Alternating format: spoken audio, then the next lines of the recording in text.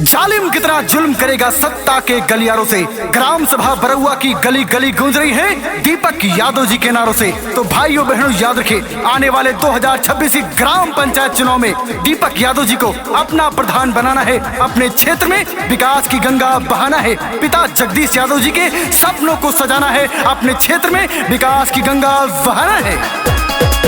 दीपक यादव जी बहुत दिलेर है, ग्राम सभा बरौआ के शेर है। दीपक यादव जी बहुत दिलेर है, ग्राम सभा बरौआ के शेर है। ग्राम सभा बरौआ ने ठाना है, दीपक यादव को अब की जिताना है। 26 में इनको प्रधान बनाना है। ग्राम सभा बरौआ ने ठाना है, दीपक यादव को अब की जिताना है। यूं ही किसी की जय जयकार नहीं होती और कोशिश करने वालों की कभी हार नहीं होती। ग्राम सभा बरौआ की जनता ने ठाना है, पिछली बार वाली गलती नहीं दोहराना है। इस बार अपना प्रधान सिर्फ और सिर्फ दीपक यादव को बनाना है।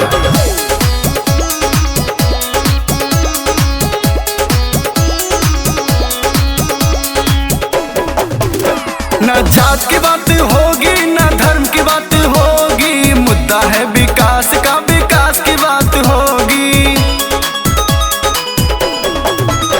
न जात की बात होगी न धर्म की बात होगी, मुद्दा है विकास का, विकास की बात होगी। चाचा चाची दादा दादी ने ठाना है, दीपक यादव को अब की जिताना है। 26 में इनको प्रधान बनाना है। ग्राम सभा बरौआ ने ठाना है, दीपक यादव को अब की जिताना है। लहरों से डर कर नौका पार नहीं होती और कोशिश करने वालों की कभी हार नहीं होती। दीपक यादव जी ने ठाना है, ग्राम सभा बरौआ में विकास लेके आना है और विकास की गंगा बहाना है। बहुत फड़फड़ा चुके कबूतर बाज उड़ने वाला है, बरौआ का प्रधान बदलने वाला है।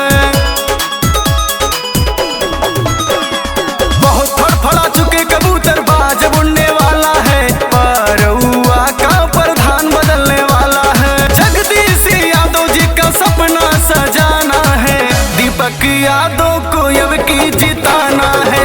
26 में इनको प्रधान बनाना है। ग्राम सभा बरौआ ने ठाना है, दीपक यादव को अब की जिताना है। दादी ने ठाना है, दादा ने ठाना है, माताओं ने ठाना है, बहनों ने ठाना है, भूल नहीं जाना है। इस बार अपना प्रधान सिर्फ और सिर्फ दीपक यादव को बनाना है और अपने क्षेत्र में विकास की गंगा बहाना है। गली गली बिजली पानी सड़क बनवाएंगे, सरकारी सुविधा का लाभ सब दिलाएंगे।